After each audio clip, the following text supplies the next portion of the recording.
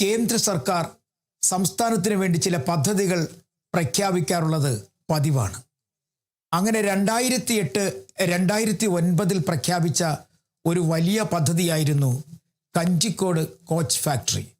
പാലക്കാട് ജില്ലയിലെ കഞ്ചിക്കോടായിരുന്നു പദ്ധതി നടപ്പിലാക്കാൻ അന്നത്തെ UPA സർക്കാർ അല്ലെങ്കിൽ കോൺഗ്രസ് സർക്കാർ തീരുമാനിച്ചത്. 2012 ഇതുമായി ബന്ധപ്പെട്ട നിർമ്മാണ ഉദ്ഘാടനവും നടത്തി. 228 ഏക്കർ ഭൂമിയാണ് കോച്ച് ഫാക്ടറിക്കായി കണ്ടെത്തിയത്. ഏകദേശം 1210 കോടി രൂപയാണ് ചിലവ് വരുന്നത്. പ്രത്യക്ഷമായും പരോക്ഷമായും 2000 പേർക്ക് ജോലിയും ഉറപ്പാക്കിയിരുന്നു. പക്ഷേ വർഷങ്ങൾ പലത് കഴിഞ്ഞു.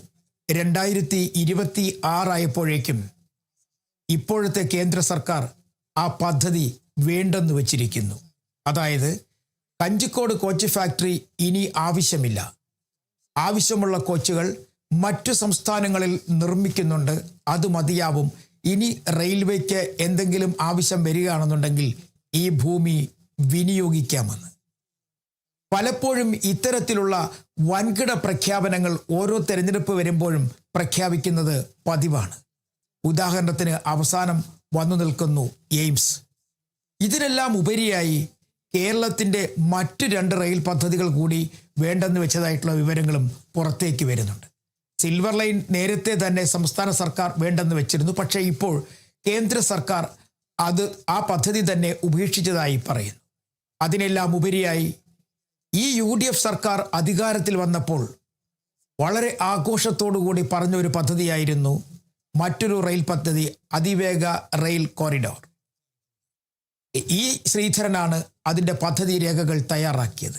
പക്ഷേ ഇതുമായി ബന്ധപ്പെട്ട വിദഗ്ധ സമിതി നടത്തിയ പരിശോധനയിൽ പദ്ധതി കൊണ്ട് ഒരു ലാഭവും സർക്കാരിനുണ്ടാകില്ല എന്ന് കണ്ടെത്തി.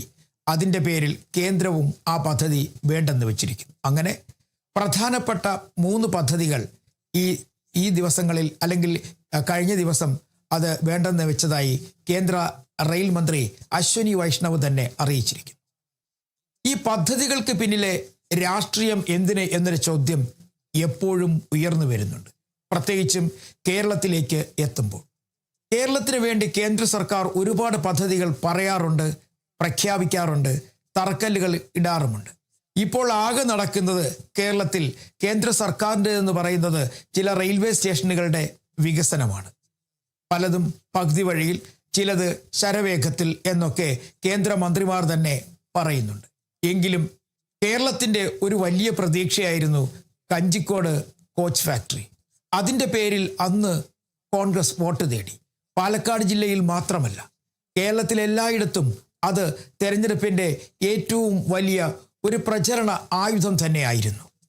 മാത്രവുമല്ല, ഇതുമായി ബന്ധപ്പെട്ട് ഒരുപാട് പേർക്ക് തൊഴിൽ നൽകുമെന്ന് സ്വപ്നങ്ങൾ വരെ നൽകി.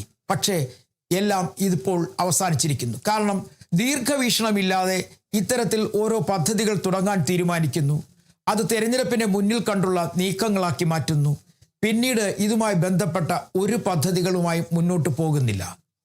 നമ്മൾ മനസ്സിലാക്കേണ്ടത് 2008 ഭൂമി ഏറ്റെടുക്കുന്നു. 228 ഏക്കർ ഭൂമി, അതും കേന്ദ്ര സർക്കാർ ഏറ്റെടുത്ത് കഴിഞ്ഞിരിക്കുന്നു. അതിനായി ഏകദേശം നല്ലൊരു തുക തന്നെ ചിലവിടുകയും ചെയ്യുന്നു. അന്നത്തെ കോൺഗ്രസ് സർക്കാർ അത് 2012 അതിൻ്റെ പ്രാരംഭഘട്ട നടപടി എന്ന നിലയ്ക്ക് കോച്ച് ഫാക്ടറിക്ക് തുടക്കം കുറിച്ചുകൊണ്ട് നിർമ്മാണ ഉദ്ഘാടനത്തിനും തുടക്കമാണ്. എന്നാൽ പിന്നീട് ഒന്നും നടന്നില്ല എന്ന് തന്നെ പറയാം. അങ്ങനെ ചില പദ്ധതികൾ തെരഞ്ഞെടുപ്പ് സമയത്ത് മുളച്ചു വരികയും പിന്നീട് അത് ഇല്ലാതാവുകയും ചെയ്യുന്ന പതിവ് വീണ്ടും ആവർത്തിച്ചിരിക്കുന്നു എന്ന് തന്നെ പറയാം.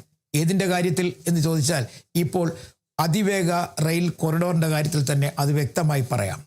സിൽവർ ലൈൻ ഉപേക്ഷിക്കുമ്പോൾ അതിന് തത്തുല്യമായ തരത്തിൽ അതിവേഗ റെയിൽ പദ്ധതി ഉണ്ടാകും എന്ന് സംസ്ഥാന സർക്കാർ തന്നെയാണ് പ്രഖ്യാപിച്ചത്. അതിനായി മെട്രോമാൻ എന്നറിയപ്പെടുന്ന ഈ ശ്രീധരനെ ചുമതലപ്പെടുത്തി. ഇതുമായി ബന്ധപ്പെട്ട അദ്ദേഹത്തിൻ്റെ പ്രവർത്തനങ്ങൾ, അദ്ദേഹം തയ്യാറാക്കിയ റിപ്പോർട്ടുകൾ പഠിക്കുന്നതിന് വേണ്ടി ഒരു വിദഗ്ധ സമിതിയെയും ചുമതലപ്പെടുത്തി. വിദഗ്ധ സമിതിയുടെ കണ്ടെത്തൽ അനുസരിച്ച് പുതിയ ഒരു റെയിൽ പദ്ധതി വരികയാണെങ്കിൽ അത് യാത്രാ സംവിധാനങ്ങൾക്ക് മാത്രമാണെങ്കിൽ വലിയ തരത്തിൽ നഷ്ടമുണ്ടാകും. പകരം ലോജിസ്റ്റിക്സ് അല്ലെങ്കിൽ ചരക്ക് നീക്കത്തിന് കൂടി അത് ഉപയോഗപ്രദമാകണം. അങ്ങനെ ഒരു പദ്ധതി കൂടി വന്നാൽ മാത്രമേ ലാഭകരമാവുകയുള്ളൂ. കാരണം ഈ ദൂരം തിരുവനന്തപുരം മുതൽ കണ്ണൂർ വരെ ഓടുന്ന ദൂരം, ആ ദൂരത്ത് ചിലവാകുന്ന പൈസ, നിർമ്മാണത്തിന് വേണ്ടി ചിലവാകുന്ന പൈസ അത് എങ്ങനെ കണ്ടെത്തും? അതിനുവേണ്ടിയുള്ള കൺസോർഷ്യങ്ങൾ, അത് ആ പൈസ സ്വരൂപിക്കുന്നത് കേരളത്തിലെ ജനങ്ങളിൽ സ്വരൂപിക്കാനുള്ള നീക്കങ്ങൾ, അങ്ങനെ ഒരിക്കൽ പോലും പ്രാവർത്തികമാക്കാൻ കഴിയാത്ത ചില ബുദ്ധികളും അതിനും അപ്പുറത്തേക്ക് ചില തന്ത്രങ്ങളുമൊക്കെ മെനഞ്ഞ് തെരഞ്ഞെടുപ്പിന് വേണ്ടി മാത്രം കാണുന്ന ഇങ്ങനെയുള്ള നിർമ്മാണ പ്രവർത്തനങ്ങൾ ഇനിയെങ്കിലും അവസാനിപ്പിക്കേണ്ടത്, അല്ലെങ്കിൽ ഇനിയെങ്കിലും അവസാനിപ്പിക്കേണ്ട സമയമായി എന്ന് തന്നെ പറയേണ്ടി വരും. ജനങ്ങൾക്ക് മോഹങ്ങളാണ് ഇത്തരം പദ്ധതികളിലൂടെ നൽകുന്നത്. പ്രത്യേകിച്ചും കഞ്ചിക്കോട് ഫാക്ടറിയുടെ പേരിൽ ആ നാട്ടിൽ ഒരുപാട് യുവാക്കൾ, ചെറുപ്പക്കാരൊക്കെ സ്വപ്നം കണ്ടു ഒരു ഉദ്യോഗസ്ഥനാകും, അവിടുത്തെ ജോലിക്കാരനായി മാറുമെന്ന്. പക്ഷേ അതൊന്നുമല്ലാതെ ആ ഭൂമി ഇപ്പോൾ തരിശായി കിടക്കും. ഇനി എന്നോ എപ്പോഴോ വരുന്ന കേന്ദ്ര സർക്കാരിൻ്റെ അല്ലെങ്കിൽ റെയിൽവേയുടെ ഒരു വികസന പ്രവർത്തനത്തിനായി ഈ ഭൂമി ഉപയോഗിക്കും എന്ന് പറയുന്നു. അതിൻ്റെ അർത്ഥം ആ ഭൂമി അവിടെ അന്യാധീനപ്പെട്ടു പോകും. തിരഞ്ഞെടുപ്പ് വേളകളിൽ ഇത്തരത്തിൽ വലിയ പ്രഖ്യാപനങ്ങൾ നടത്തുക, അതുമായി ബന്ധപ്പെട്ട് തറക്കല്ലുകൾ ഇടുക, എന്നിട്ട് പിന്മാറുക. ഇത് കേരളത്തിൽ മാത്രമല്ല, പല സ്ഥലങ്ങളിലും ഇങ്ങനെയുള്ള കാഴ്ചകൾ കാണാം. നടപ്പിലാക്കാൻ കഴിയാത്ത പദ്ധതിയുടെ പേരിൽ നിർമ്മാണ ഉദ്ഘാടനങ്ങളും അതിനുശേഷം തറക്കല്ലുകൾ ഇങ്ങനെ കിടക്കുന്നതുമൊക്കെ എല്ലാ സ്ഥലങ്ങളിലും കാണാൻ കഴിയുന്ന ചില കാഴ്ചകളായി മാറിക്കൊണ്ടേ ഇരിക്കുന്നു. ഇനിയെങ്കിലും സംസ്ഥാന സർക്കാരായാലും കേന്ദ്ര സർക്കാരായാലും ഒരു കാര്യം ഉറപ്പാക്കണം: ചെയ്യാൻ കഴിയുന്ന പദ്ധതികളെക്കുറിച്ച് മാത്രം ചിന്തിക്കുക, അതിനെക്കുറിച്ച് മാത്രം സ്വപ്നങ്ങൾ നൽകുക, അതിനെക്കുറിച്ച് വാചാലമായി വോട്ട് തേടുന്നതിൽ നിന്നും പിന്മാറുക.